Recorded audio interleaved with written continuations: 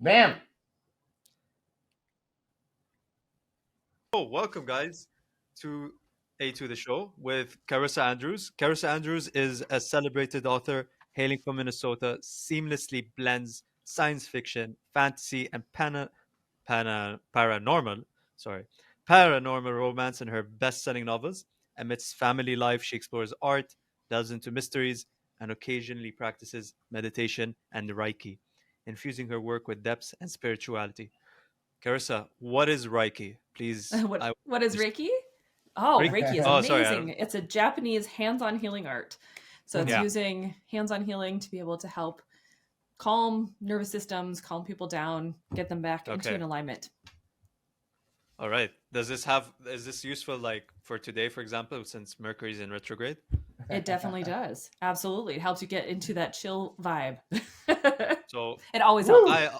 I obviously could use some of that. I am not chill right now. I am just like all over the Uh-oh. place. Are we having So a crazy how? day over there? Possibly. I don't know. But anyway, what do I do with my hands so that I can heal myself or calm down? What am I Well, supposed to do? normally you would go to a Reiki practitioner. So if you're having Reiki Ah, done, it's from someone who's actually been attuned to the energies, and there's yeah. an actual process. You lay on like not a meditation, a massage table typically, Mm, and so that they will either hover their hands right above your body over different checkpoints of the body, like over your chakras and things in that regard. Sometimes it will actually be on the body, and so it just depends on like oh, the comfortability of the person, but it's a yeah. hands-on healing art that helps to move stuck energy, be able to bring in good energy, and get the body kind of back into an aligned phase. Of course, we don't want an accidental happy ending happening on the process. Yeah, That that's would be not a a good bit idea. too much. I mean, I work with romance authors. Anything can happen. It's fine. it's so cool. uh, So you suggested to all kinds of authors and writers to meditate before writing. Why? Yeah, so I have a company called Author Revolution, and so we teach Uh-huh. authors how to meditate, how to get into alignment, how to manifest whatever they're desiring out of their author careers, as well as mm, some of I kind of am a weird combination of things. I'm kind of half science fiction, half fantasy, and I've always been that way with my writing and with Uh-huh. my life. So on one hand, I teach authors how to rapid release or use AI to be able to create their novels, and then on Hmm. the other side, we talk about manifestation, mindset, meditation, mm. hypnosis, and we delve into why our subconscious mind can derail our progress in things. And so we work a lot with authors who need to adjust. All right. Um, let's. You mentioned using AI to write. Yeah, What Yeah, is that absolutely. sounds incredible. It's so what? fun. Okay, but isn't Is that? it ChatGPT style? Like, do you just type Yeah. in Yeah, so we like, please write a How? paragraph for me? Or yeah, for sure. So Claude and ChatGPT are the two that we recommend, Uh-huh. yeah, and it's because they're most developed in in the respect of authorship, right? And so typically yeah, we'll teach authors how to use ChatGPT to organize their thoughts on their stories, to figure mm, out plot twists, to come up with new characters, to help them outline their books, to basically get their story and the market research aspect of it done. You can yeah, utilize it for actually writing the beats and things as well, but it does take some finesse when it comes to training ChatGPT so that it understands your writing style and to be able to work with it in a way where you're not losing your own voice. So typically I Right. recommend starting with more of the planning phase, yeah, especially if you're a new author. If you're a seasoned author who's been doing this a while, you already know kind of what you'd want to be saying and how you want to be writing it. So you're going to be prompting ChatGPT in a different way than a new author who's never really understood writing and doesn't really understand AI either. So Wow. that's insane. I This is mean, it does yeah. help fascinating us stuff. as well, like when we use it, because, like, I'm gonna be trying. I would be trying to like write this long structured email and just gathering my thoughts. I'm like, okay, this is something nice to say to the guest, but at the same time, I want it, a bit more professional. Sometimes I do rely on ChatGPT because, like, I mean, the AI has more algorithms running through it. It understands more. It knows more. Oh, So why not get absolutely. some help? Yep. I use it for prompting my own questions as well when I'm interviewing guests on my podcast, because Yeah. I can give it so much information based off of what Mhm. I know I want to ask and what I want it to focus on. And then I can give it all the information I know of where it can look to find out more about this individual and what they do. And so combining those two things together, chat can like come up with, I don't know, 10, 15 questions in 20 seconds, where it would have taken me Yeah. probably all afternoon. So it's great. I love it. See, you guys are so advanced to the Chat GPT. I'm so archaic with the freaking earliest invention in the world.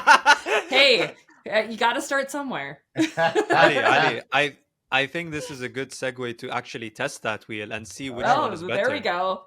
Spinning the wheel. Which one is better? Is the wheel better or is AI better? All right. Let's go. With No, the no, no, no, spin wheel. Ali. We have to put more energy into it, Ali. We need to see the power of the wheel, Ali. What Alright. is the wheel gonna do? Oh my god. Oh my god. Come on. Big theatrics, man. Spin Don't that let wheel. Don't let Mercury get you in a weird place here. go. We got to get the right one. Hiya! There you go. What did we All get right. there? What do we get? Is that a lizard? Yeah, it's a lizard. Let's do it. Awesome. All What right. does the lizard say? The lizard stands for career, pretty much. Career. Let's do it. Interesting. Lizard of All right. career. I heard Um, Korea at first, so I was like, that was kind of weird. Let's not go to Korea. No. So let's talk about making writing a career. I mean, a lot of people are trying to figure that out, want to be authors. How can you make writing a career? Yeah. Yeah. Well, I think it really comes down to, do you have some stories to tell? And is this something that you can create a long game out of? Because not like what I teach authors is that typically speaking, 99% of most authors are not going to earn a living from a single book. And so if they want to create a career, it has to be something that they enjoy doing and repeating that process over and over. On average, authors who are earning $60,000 to $90,000 a year, according to a written word media study, have 30 books in their backlist. Wow. So if you want to get to a point of having like a really sustainable long-term career, more than likely you're going to be writing and doing this in a way that's putting out a lot of books over a period of time. And so I teach authors how to write 4 books a year so that they can utilize what we call rapid releasing to get them there. But there are some authors who can do a book a month and be absolutely perfect with that. And so it just depends on each individual author, what they're looking for, how fast they want to get there, and what they enjoy writing. All right. Fair enough. Yeah. And also so what you quantity. did too, which is making a business around writing, right? So there's Yeah. different ways to continue your career and make more money and have Oh, more for of sure. stability with it, other than just writing books. But what you're saying Yep. also is that it takes time. It takes a lot of time. Oh, yeah. And a Yeah, lot for of For most of the yes, authors that I exactly. deal with, we're writing fiction. And Uh-huh. so with fiction authors, there's not typically a lot of other things that they do outside of that. I mean, they can go to book signings. They could help other authors, like kind of like what I do, but a lot of them will do, rather than having an academy in the way that I've structured things, they'll go to conferences and do little mini lessons, or they'll talk to their local community. And all of these things can add to your income. Obviously, it can bring more money in. If you're focusing on ebooks and then also incorporate paperback books and audiobooks, now you're increasing your chances of having more royalties as well. So there's all sorts of ways you can add more money into the mix and create a really good, long, sustainable author career. It just depends on how you want to go about doing it. All right, cool. What inspired you to become an author? And I want to ask you, what's your favorite fantasy book? What's your favorite sci-fi novel? Okay. So for me, I guess, okay, let's see. Let's start at the beginning. What inspired me to start writing? That was probably my best friend. Like all throughout high school, I was always a writer. I was doing, the angsty teenage poetry and getting all the thoughts down. And then I ended up going to like hopping around, really. I started my careers, what I would call my book career in like retail. So I started working for bookstores. I worked for 2 different large retail bookstores. Then I worked for a publisher, and then I worked for a printer, and then I worked as a graphic designer. And at that point, when I was working graphic design, I'm like, Jesus, just still doesn't feel right. And my friend Sherry was like, well, you've always liked to write. Why don't you just merge this all together. Like, why don't you start a blog or something? And I was like, all right. So I started a blog, and then 2 weeks later, I had this insane world land in my head. It was literally a world. It was a different planet, and the whole concept of my first series came to me. And so I didn't abandon my blog. I still worked on the blog, but it was no longer like my main focus. And I started working on this new story world, which was a very genre bendy science fiction fantasy series.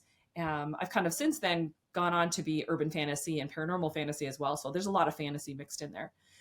When it comes to science fiction novels, I would say I never really read a lot of science fiction novels. I was more of a science fiction watcher. So I love science fiction shows and movies and things like that.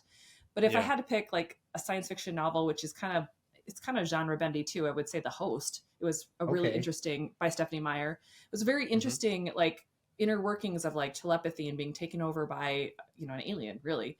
And so that was kind of neat. Right? It was neat. It was really neat. Fantasy wise, right now I'm really deep into Sarah J. Maas's works. And so I would say that probably the Crescent City series is my favorite right now. Yeah. And why would you say so? Oh, it's urban fantasy. So like with Akatar, A Court of Thorn and Roses, it was definitely more like fantasy based. It was on a different planet. It was a lot of fae, but it was more medieval feeling. You felt like you were, with swords and horses, that sort of thing. Where with Crescent City, it's more in a city. They have phones, they have technology. And so it felt more like the types of things that I would write. And so to read it was really cool. All right. That's really cool. What about you, Said? I mean, I've read many fantasy novels, sci-fi in the past, but I would say I'm definitely more of a movie watcher. And I do watch a lot of sci-fi and fantasy movies that are based on books. Yeah. It's so cool to see, books being adapted into movies. When I was a kid, I read the Harry Potter books. That was my favorite thing. That got me into reading like huge fantasy books. That was my gateway. Yeah, into those novels. are great. Yeah, and 100%. Then the movies were not as good. But no, they really weren't. Yeah, they were not as good. I mean, they were fine for what they were. To be honest, the Harry Potter movies, I would say they're actually I would say they're really good. I wouldn't say they're okay. The novels, though. That's a tough one. Just the extra, the element of fantasy and using it in your own imagination. I don't know, and the extra details and everything that went into the book made it so special. And when you watch those movies and you see them missing out on scenes that are so iconic, you're like, why are they missing out? Because it has to fit in. To be honest, I would disagree on that because I feel like the emotions that were captured in the movies were actually really good. Yeah. That's fair. Just because like you got to see, you got to see the Phoenix in the second movie. You got to see Dumbledore with his badass beard. You got to see Hagrid in all his size and form. Yeah. You get to see, Harry with the scar, and he kind of looks like every person with glasses. They nailed it. And then eventually grows a beard. It looks like every nerd in general, to be honest. That's exactly what he looks like. And to see that in person, I feel like the visuals really... I mean, for me at least, I would say, they gave me that connection, and I enjoy that. Like, sometimes I feel like if I just draw a scar on my forehead, I'll be like, no, that's so true. I'm the boy who lived, man. I could just claim it. Go for it. But in terms of, I love Harry Potter, and the movies are great too. But I'm trying to think of my favorite. That would have to be The Lord of the Rings. The Lord of the Rings for me, in terms of fantasy, is the most supreme. Yeah. See, I love that series. I thought it was so great until the ending, though. And my writer brain was like, wait a minute. If they could have just flown there in the first place, why didn't they just do that? Why? I just wasted 9 hours of my life watching this. And I know people have read it, too, and it's way longer than 9 hours. But it's like, what? There always has to be a massive sacrifice of just like millions and millions of people. It's like just so that you can see that the ending can be the same way as the beginning. Yeah, it's the hero's quest. Through all this pain and damage. No, it has to. People have to die. It's a must. And then the birds come, it's like, yeah. 'Cause why not? That's really funny. And yeah, for me now, Dune is coming out, and that for me is Dune's another great. great. Yes. And I love hanging out Yes. with my friends and talking about the novels and also the movies, and it just connects you to this world. So cool because fantasy, you can do so much with it. Like we Absolutely. just That's talked true. about Harry Potter and Dune and Lord of the Rings, and they're all fantasy, but they could not be the same. You know, they're not could not be No. any similar. You know, they're so different. No. You know, it seems like fantasy is like limitless. You know, and like you can really take it into a world and make it so Yeah. cool. Yeah. I feel like you can also just draw onto like general themes in life and then just recreate them into just like different lores, add different topics and be like, oh, okay, so like, you know, this is a civil war. Let's put it out between elves versus elves of this forest and elves of the higher kingdom.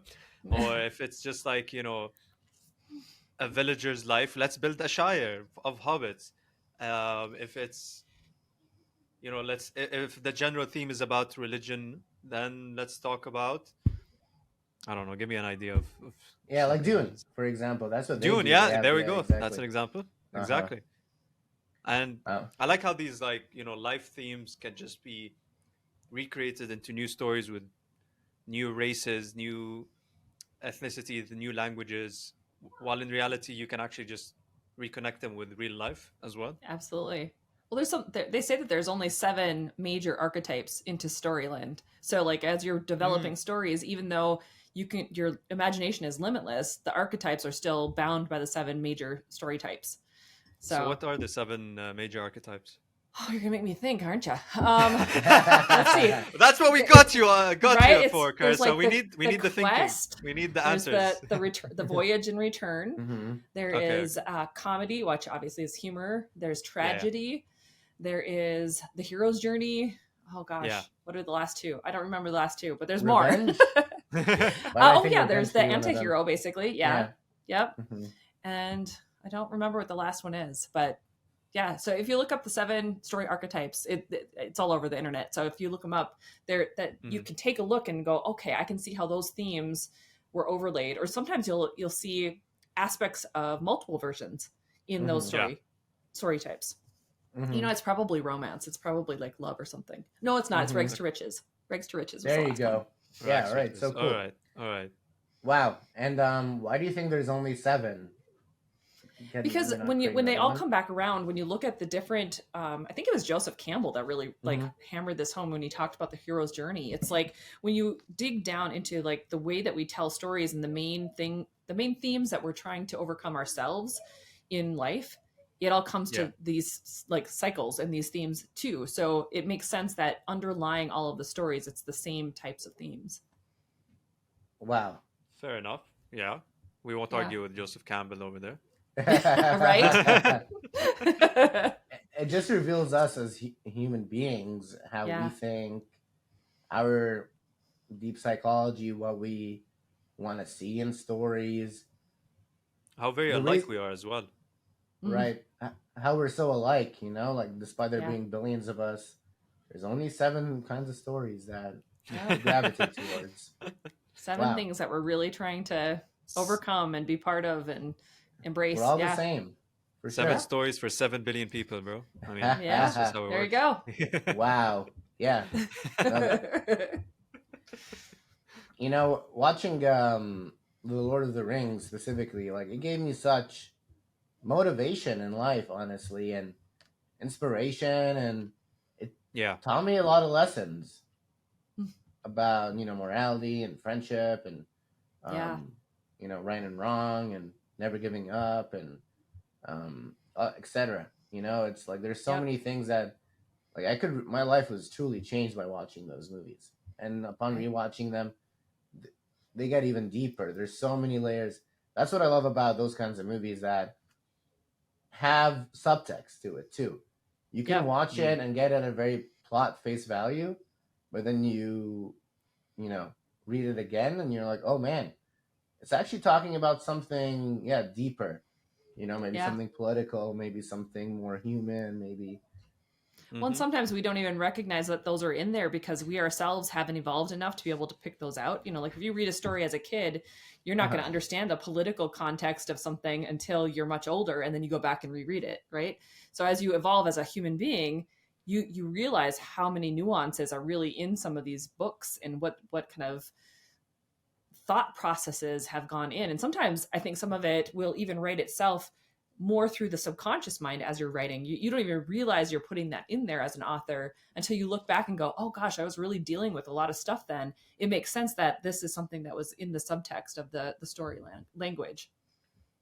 Wow. Yeah. And so when you're writing or you're teaching writers, do you teach them to, how do you teach them to do that? To add that kind of subtext and layers to a Yeah. story? So really we talk about like, you know, your main plot, you're going to talk about your B plot, which is your subplot. Uh-huh. But then you're also overlaying it by understanding your characters. You're trying to understand like what is each character's motivation? How are they meant to grow? What are they struggling with? What do they love? What's in their refrigerator? Ask yourself some questions that really help you to understand like who these people are and how they're different from who you are. And as you develop those people, what ends up happening is like you don't even have to plan the majority of that out, but because they Mm. are so like you've developed them to be so uniquely them, they tell you like what's weird and what's happening in their world because that's how real life is. And so you kind of get used to being able to just take in the information and go, this is what this crazy character is doing now. I mean, look at like, okay, they're just off and running. And so you can like go through without even having to put a lot of pressure on yourself. But it is a Mm. part of that planning part. You have to go in and you have to understand some of their motivations and really expect the story to expand for you as you're writing it. Like leave your door open, I guess is what I would say, because so many times we have ideas that we don't know how we're trying to express them, and so if we leave that door Mm-hmm. open, they do come out through the writing. Mm. Yeah. Would you say that for writers in general that they are very good observers and listeners? I would say a lot of them are. Not all of them. Yeah. Some of them I think they get a little bit too in their heads. But Okay. if they are true introverts, I think what you'll find is a lot of them are like highly intuitive. They're watching people, they're seeing how they're Mm. interacting, they're absorbing the types of people that are out there.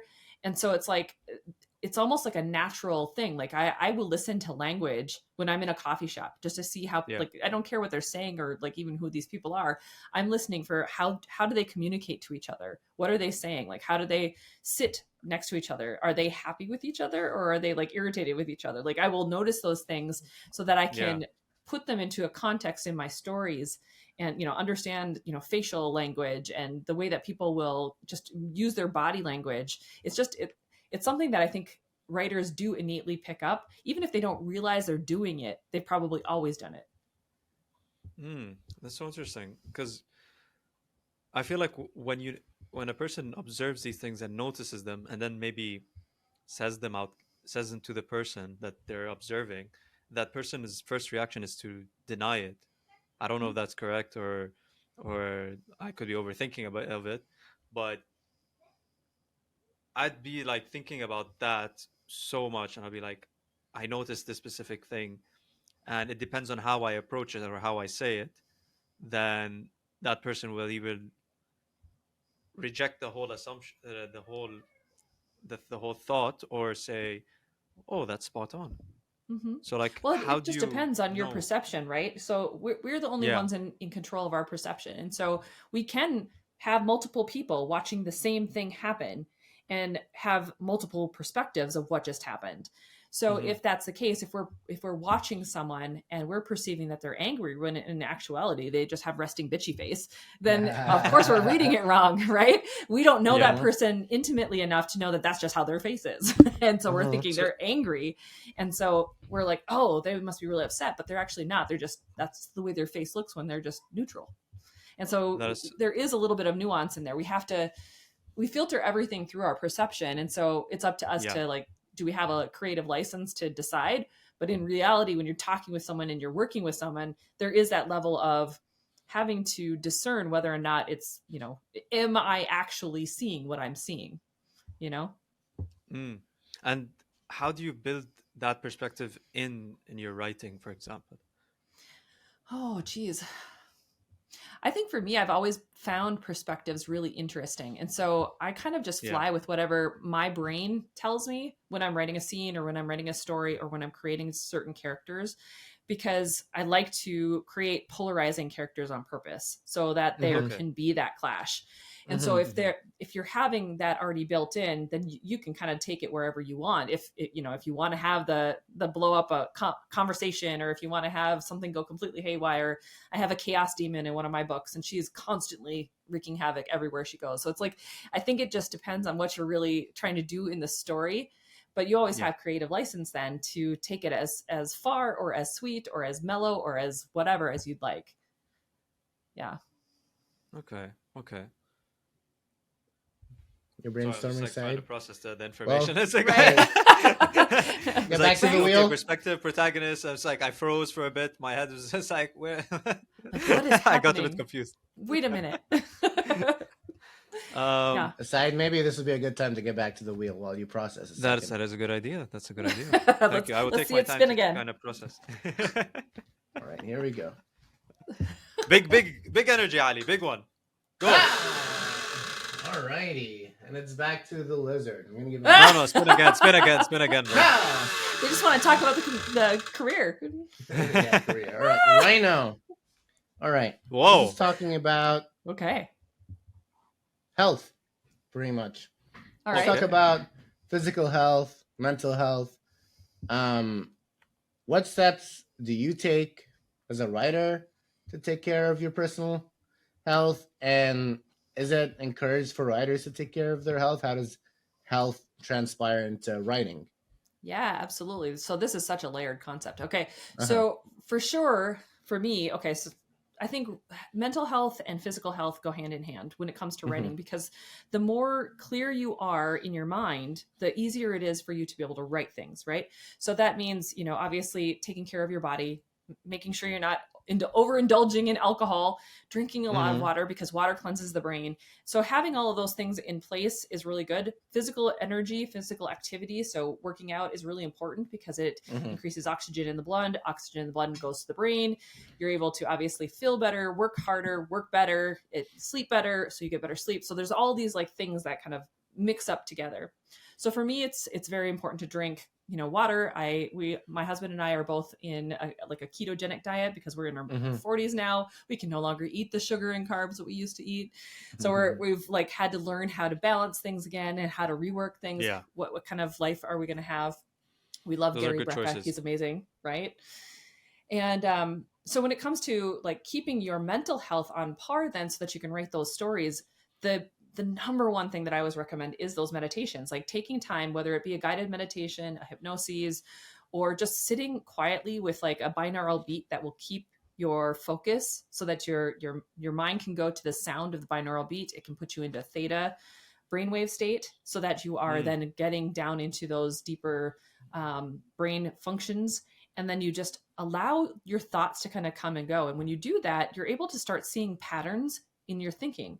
And so if you're thinking negative thoughts all the time, well, obviously until you bring them to light, until you notice what you're doing, you can't change the script. You can't adjust your thoughts and think new, better feeling thoughts to get yourself out of anxiety or depression or out of a block in your story or whatever it might be. And so when you have meditation as one of your pivotal practices during the day, just like drinking the water and just like eating healthy foods and just like working out, now all of a sudden there's space in your mind. Your mind starts telling you, your subconscious starts telling you, you know what would be really fun is, or do you know what kind of story you really want to write? It's this. Or, oh, a plot twist that would be great is this. It's like your subconscious already knows, and you're just creating the space to allow that message to come in. And then you can take the inspired action to do it. And so having those all in play, I think is super important, because it's keeping our number one component as authors is our brain. And so anything we can do to support our brain being the healthiest it can be is obviously going to help us in our author career. That's great. Mental health is definitely really important. And I agree with you on that, especially when it comes to the anxiety part, because that shit can be really crippling. It's because like you're just really in your head and it's just messing with you, and you're overthinking and you don't know if you're making the right decision. You don't trust your decisions yourself anymore, and you're just thinking it's like, okay, and it alters literally even the smallest decisions you make, like whether you're just if you want to buy this freaking empanada just to have a snack, or if you Yeah. want to, change careers. It makes Right. like In the same moment. it applies on everything. Yeah. And you're just like, what the hell? Yep. But I mean, how did you deal with it? Did you have anxiety? How did you deal with that? Oh How yeah, did you for overcome it? sure. I think for me, the anxiety doesn't come naturally. My daughter is definitely an anxious kid. I don't she gets that from her dad, but for me, like I'm pretty grounded, right? So it's like Yeah. I've always been able to kind of come back in and focus on what matters and move forward more confidently. But anxiety Mm. struck when I first started writing. I actually went through a divorce. I got remarried. My family structure kind of fell apart for a bit. I was estranged from my mom and dad. So there's a lot of like upheaval and weird stuff going on. And then you start questioning, like, was this the right decision? Like moving here, having him come here. My husband moved from England. We met on Twitter. And so it was like, at the time we were like, oh my That's an gosh, interesting way to meet someone. right? We were talking about our books because why not? Right. And so it was like all these weird things were all happening. And then you start questioning yourself and whether or not this is right. And if your career isn't taking off the way you wanted it to, or if you're the one that's like mostly responsible to take care of 2 kids, or, whatever the thing is in your life, it starts Mm. to play tricks with your mind. And when you're focusing on the things that aren't working, what ends up happening is law of attraction starts giving you more thoughts that go along with it. And it's like, oh, you're anxious about this. Here's a few more thoughts that might make you feel worse. Like, why not? Here's some more stuff. And then you're thinking about all these things that really aren't serving you. And what happens is we start to then create actions based off of those anxious thoughts. We start creating a career around it. We're no longer focused on the things that bring us joy, or what we're really good at, or what we really love, or how we really love to connect. And so then you get kind of off on this weird side tangent. It's almost like a side quest because you are no longer on your main mission because of that anxiety.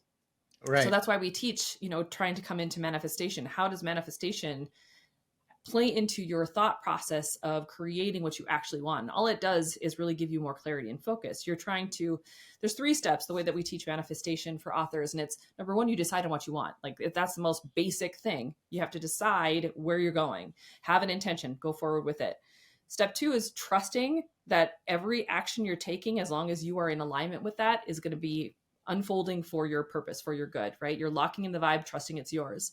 Step 3 is taking any of that inspired action that comes up. So when you have those quiet moments and you get the nudge to write a new scene or a new character or a different type of book, because you're not in an anxious state, you are focused on what is coming through in a way that is more beneficial for you. It's that subconscious part of your mind, call it intuition from the universe, whatever you want to call it, that's guiding you towards what you really want, because you're focused now more solely on your future you want instead of the future you're scared you might have.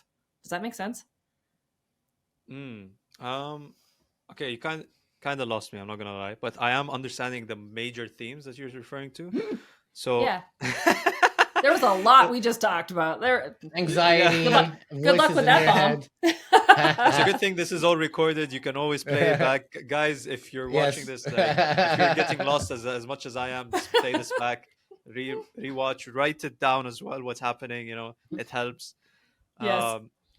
No, so I got there is the gist of its side. Let me share a little bit. Yeah, exactly. Sure, so, yeah, go for it, honey. I think we're so maybe ADHD or whatever in the world right now, where too many thoughts in our head. We're thinking about too many things. Too many things happen. Too many things are gonna happen. All these things. And at the same time, we have our smartphone devices where we're always plugged in, always checking, always something to look at, always a podcast to listen to, always, something in your head. Yep. And from what I hear from you is that you actually need that. You need that quiet. You need nothing. You need boredom, basically. You need to be bored. Yeah, much, in a sense, the more that ideas. You can create create that space, the more like. It's so funny because people are always like, oh, if people don't have anything to do, then they won't do anything. No, human beings are not like that. We do not like boredom. We don't. We want to find something to do. We're always trying and striving to move forward with our lives.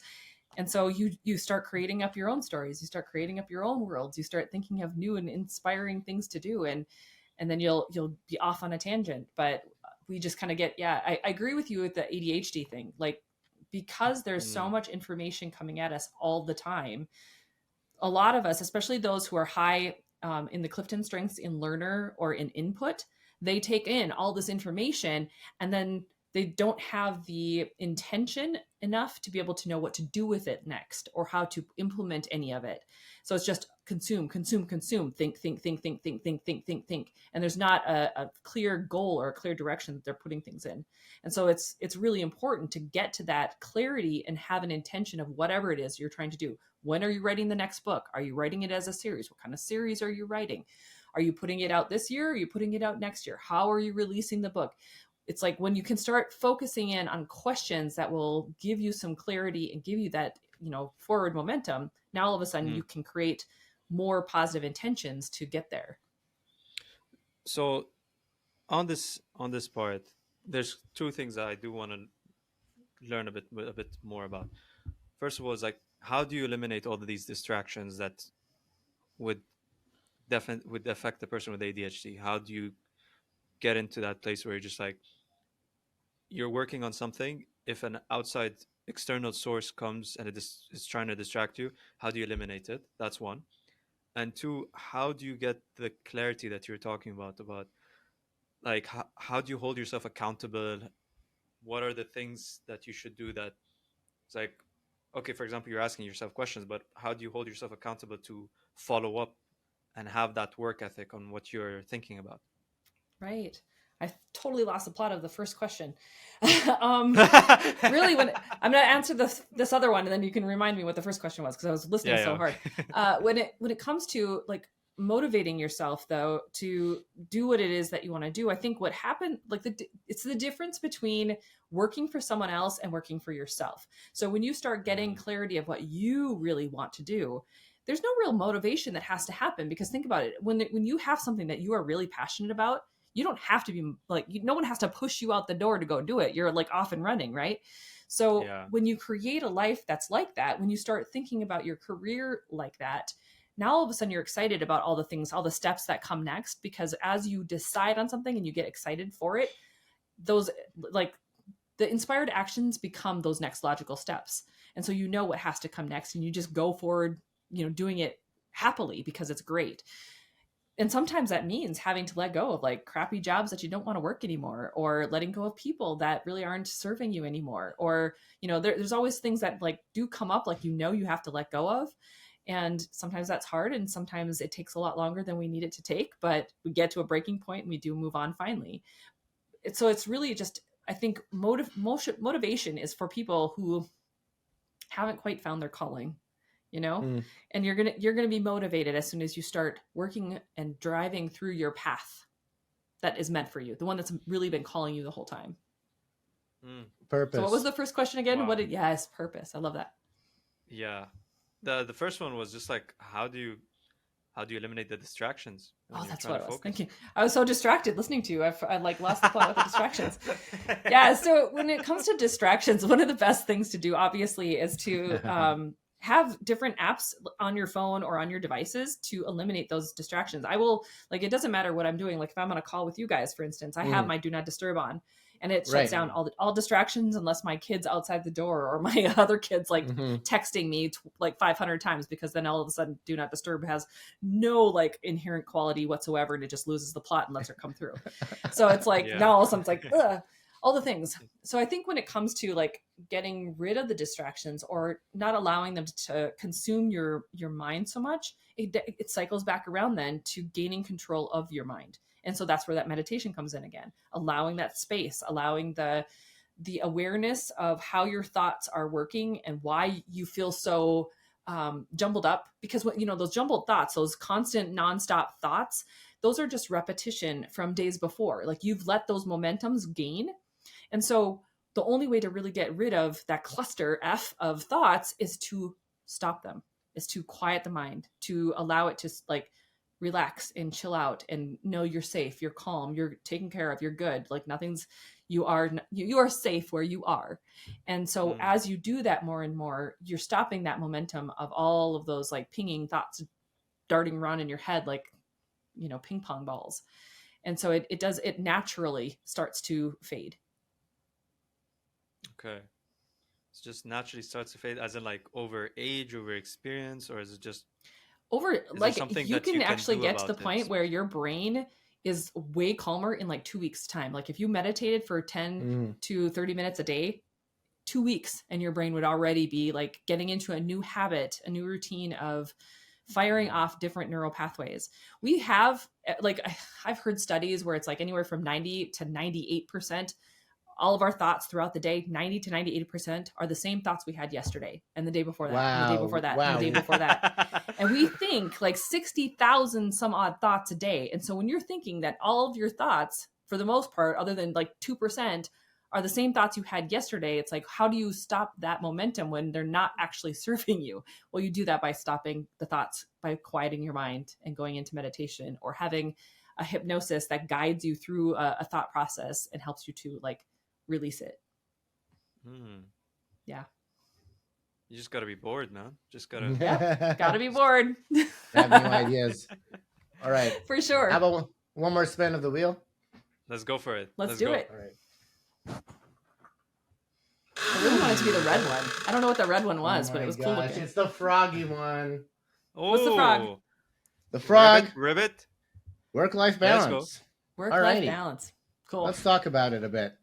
All right. So how do you balance, because you write, how do you sleep at night? You know, when you have all these ideas in your head, how do you separate? How do you sleep at night, Carissa? What Typically kind of, in a bed. like, torturous stories have you been? When you have all these, so many ideas, there's so much to do, so many stories that need to be told, you know? How do you like focus on just one thing to do at a time? And then how do you separate that from your break time, free time? Yeah. Well, I can say that like having a work-life balance has always been something for me that I've had to work at, because I have 6 kids total between my husband and myself.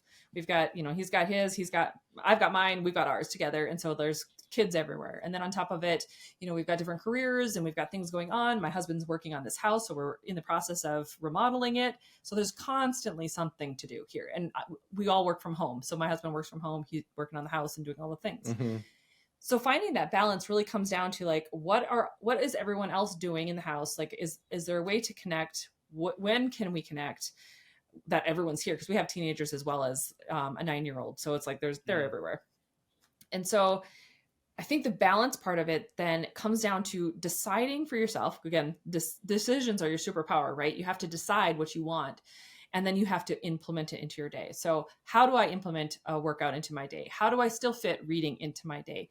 How do I fit calls with people like you amazing guys, right? How do I teach people? How do I write? Like, all it comes down to is making those things a priority, and then how do they fit into the life you currently have?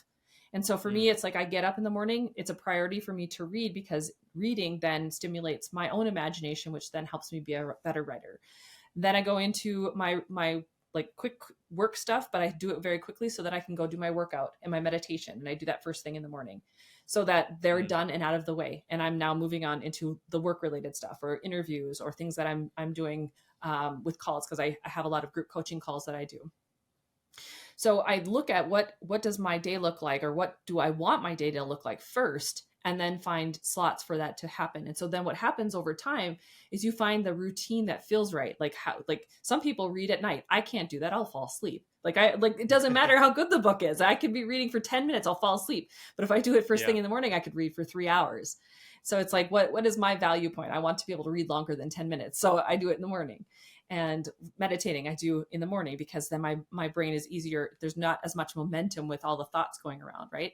But if you need to stop the thoughts, a mid-afternoon break works really good. It's like a nap, but it's not. It's a more active nap. So it's really just about finding what's important to you, and then making sure it's part of your day. making sure that you stop work at like 5 o'clock, for instance. Like we stop, my husband and I, typically between 5 and 6. Then we're working on dinner, talking with the kids, doing the thing, you know, being home, and we're no longer working on whatever processes or, you know, things could actually pull us to them. This is a long game. Like being an author is a long game. Teaching other authors, it's a long game. Working on this house, apparently it's a long game because we've been here for 10. He's been working on this for like 10 years now. So it's like we've got all these things, and so it's just trusting then that what we're doing is enough. And I think that's where a lot of that, like, how do you self-worth too, that ties into it too. Yeah, Exactly. You just gotta know like it's all working out for you. It's all like everything's adding up, and it's work. It's as long as you can like back out from like the weeds of everything you're doing day to day and go, okay, does my life look like it's growing in the direction I want it to grow? And if the answer is yes, well, then you're in the right place, right? You're still working towards the right direction. You're doing what you need to do. Yeah. So I actually have a question, maybe going back a bit to the part about like, you know, taking that break, being in that quiet zone, and kind of a meditation thing. So I don't know if do you have like your own, let's call it the temple of Zen, where you can just be away from everyone, like remove all of these noises and take that break that you were saying, that allows you to just recollect your thoughts? So when you say that, are you meaning like an actual physical location, or are you talking about like mind temple stuff? Because I've heard people talk about like their quiet place is called a mind temple. Maybe do you have an example of both? Because like for me, I only had the physical one. Mental one it's still a work in progress. Sure. Yeah. So for me, I have like a little meditation seat. It's like a cushion on the floor. It's just in the corner of my bedroom. And then I have my heater next to it because I have a cold bedroom. We live in Minnesota. It's always cold here. So I bring a little heater over. But then what I do is I put my AirPods in, I put it on Do Not Disturb on my phone, and then I use noise cancellation. Typically when I do my meditation, because it's in the morning, all the kids are at school. Not always, because it's been spring break. And so, so I try to do it before they're all up and moving about. But then when I do that, then it's a nice quiet space. My husband's already probably working on something else anyway, so it's not a big deal. Like he knows when I go upstairs, because I'm talking to him on and off throughout the whole day anyway, so he knows I'm up there meditating, and he's pretty good about staying out of the bedroom. But mind wise, I'm kind of all over the place. Like sometimes it's just a big vast like space, like literally like the space, like the universe space.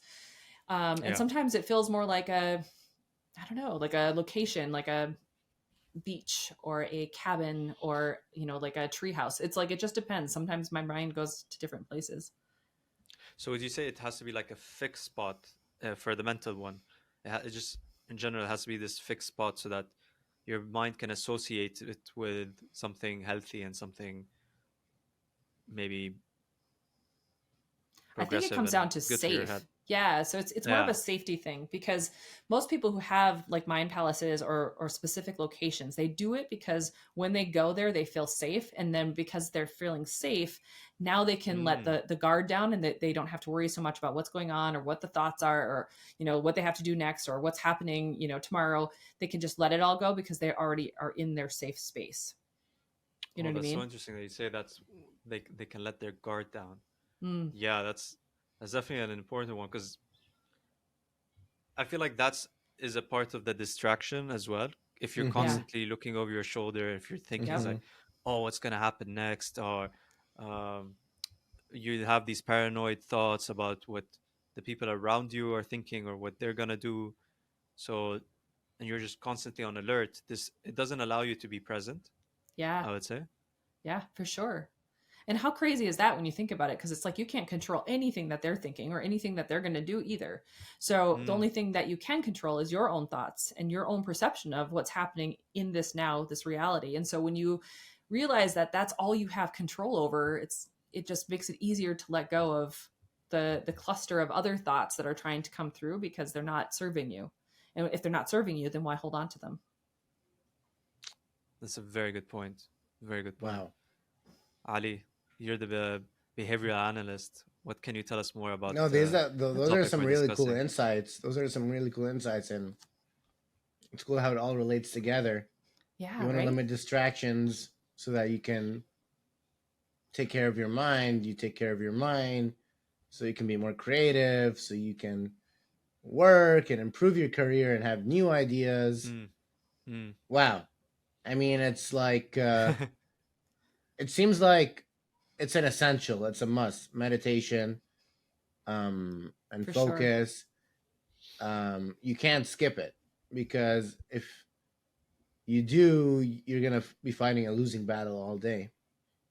Yeah, You it know? definitely, like those 100%. thoughts start creeping in, and then the momentum of them, like law of attraction dictates, like if you're thinking a thought for as little as 7 seconds, more thoughts similar to them will join into your brain, into your awareness. I see.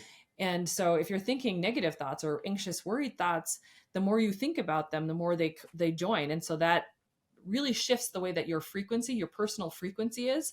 And then it brings more like anxious things to you. And it's like, that's not what we want, right? We want to have a calm, relaxed, exciting, wonderful author career or an exciting life. And so the only way to do that is we have to let go of the wrong end of the stick, so to speak. If you've ever heard of Abraham Hicks, they talk about how like our desires are a stick. On one end of the stick is what we want, and on the other end of the stick is the absence of it. It's the same stick, but what end you focus on is really what dictates what you get out of life, out of everything, right?